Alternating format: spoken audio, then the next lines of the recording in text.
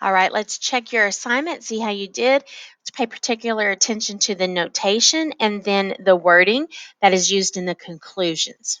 Okay, so here we had this problem where we, of course, had the same, we had 9 subjects and they were before and after the training program, seeing if it affected the manual dexterity.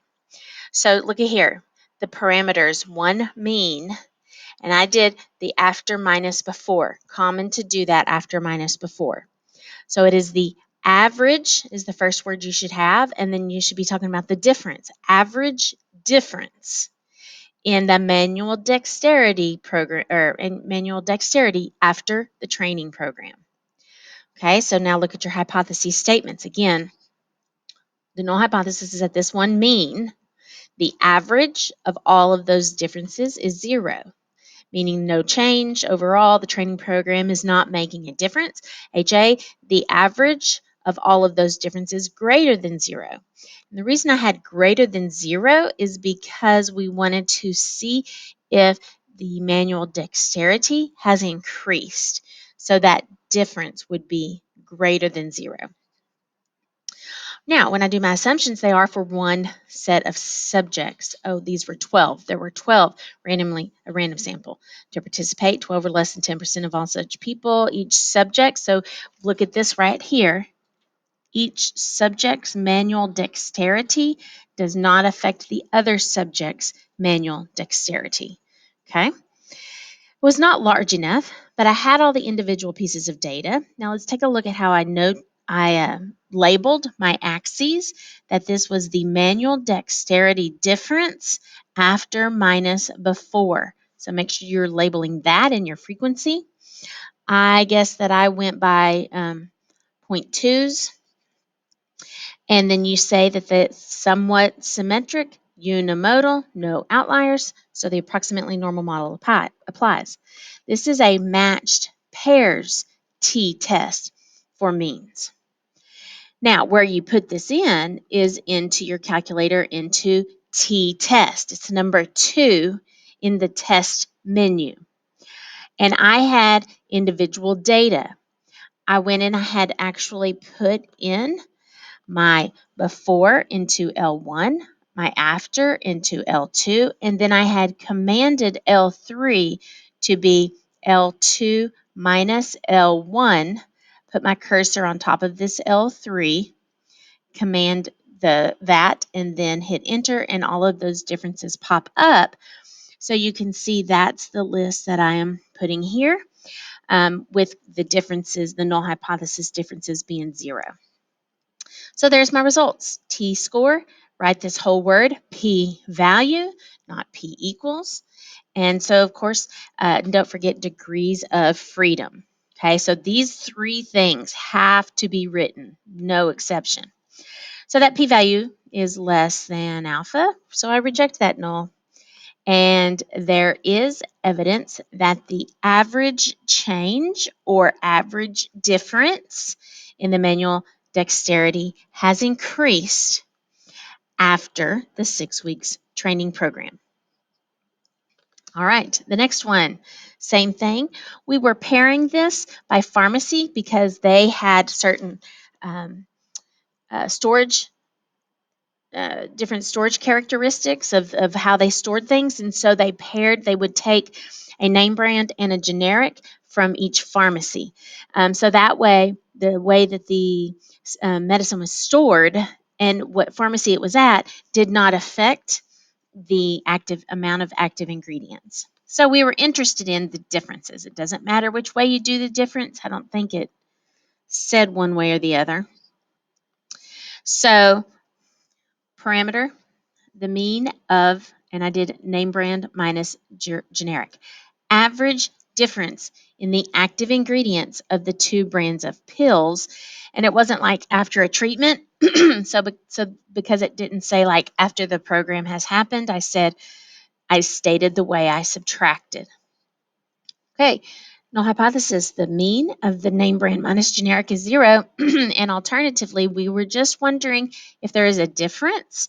So this alternative tail is 2-tailed. Again, we did information for this one list of 10 pieces of data, and each pharmacy's storage conditions are independent of the other pharmacy's storage conditions. So somewhat symmetric, unimodal, no outliers. Notice I did this here, active ingredient difference, name brand minus generic. Match paired, t-test for means. So then I had put that into my calculator. I did doing the test on L3.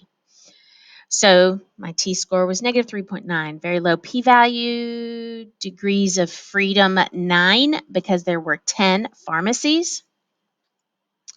So since p-value is less than alpha, I reject HO. There is evidence that the average difference in active ingredients is not the same, or I could say is different, but that kind of sounded weird to say the average difference. There is a difference. Anyway, they are not the same for the name brand and the generic brand pills. Okay, then we get to the multiple choices.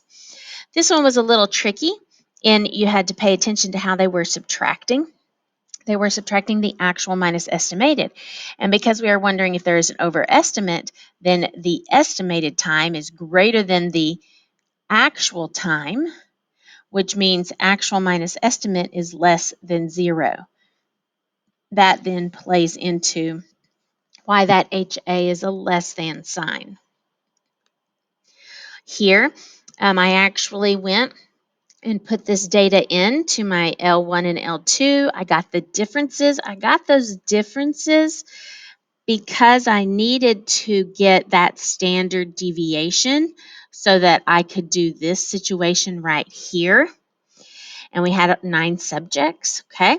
Now, on this 2.31, that was a 95% confidence interval.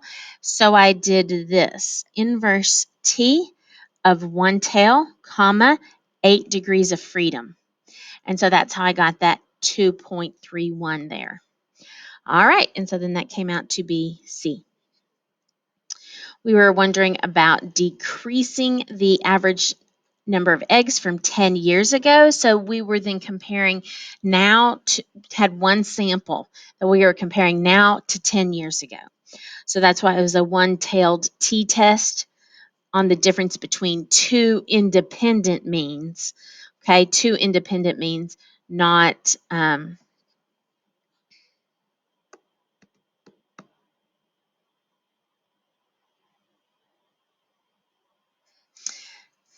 actually, I don't think, I'm kind of now second guessing this.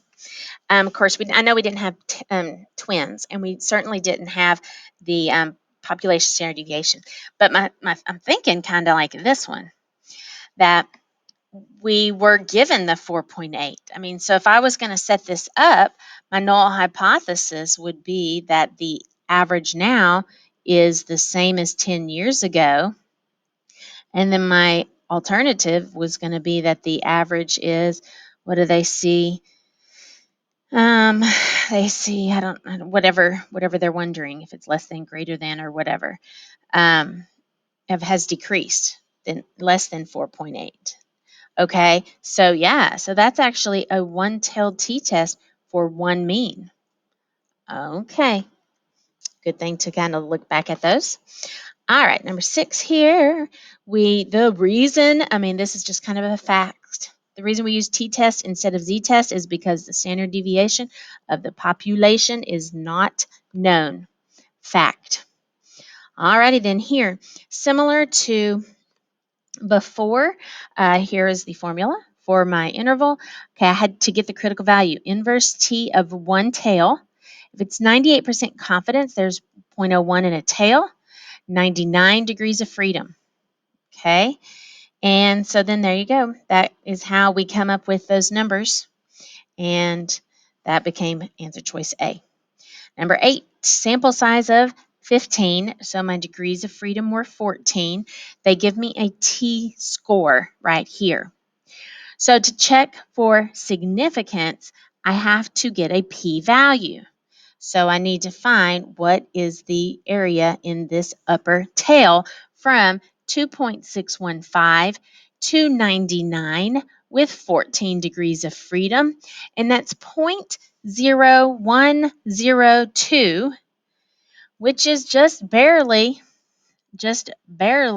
bigger than 0.01. So it's not significant at the 1% level because it's bigger than 1%. So I'm going to say it's significant at the 5%, but not at the 1%. All right, now our AP testers, non-response bias was D. You can see the first two were response. E is under coverage because you're systematically leaving out one portion of the population. Number two, you cannot generalize to all vegetables because your sample was just green bean seedlings. And then number three, you need to make sure you can only generalize to whom your sample came from. You can only generalize to the population from which the sample was selected. Our sample came from mathematics teachers at the conference. You can't generalize to all mathematics teachers because these mathematics teachers at the conference, they may be different qualities than all mathematics teachers. Maybe they're go-getters. They're more interested in keeping themselves educated, whatever. But whatever it is, they might not have the same criteria as all mathematics teachers. All right, done. I hope that makes sense going over all of those problems and that you did well.